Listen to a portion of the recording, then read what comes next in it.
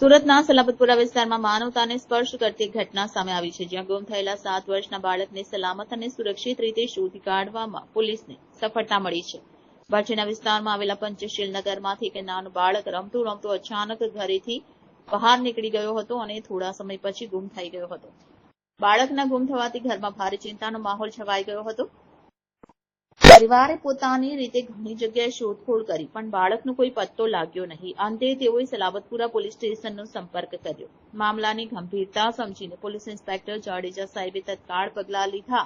તેમની આગેવાની હેઠળ એક વિશેષ તપાસ ટીમ રચાઈ, જેમાં પોલીસ સ્ટાફ, સર્વેલન્સ ટીમ અને પોલીસ સબ ઇન્સ્પેક્ટરનો સમાવેશ કરવામાં આવ્યો. શહેરના અલગ અલગ વિસ્તારોમાં આવેલા સીસીટીવી ફૂટેજની તપાસ શરૂ કરવામાં આવી. સાથે જ સ્થાનિક લોકો પાસેથી પૂછપરછ અને નિવેદન લેવાયા. પોલીસની ઝડપી અને સંકલિત કાર્યવાહી દરમિયાન ગણતરીના કલાકમાં જ બાળકને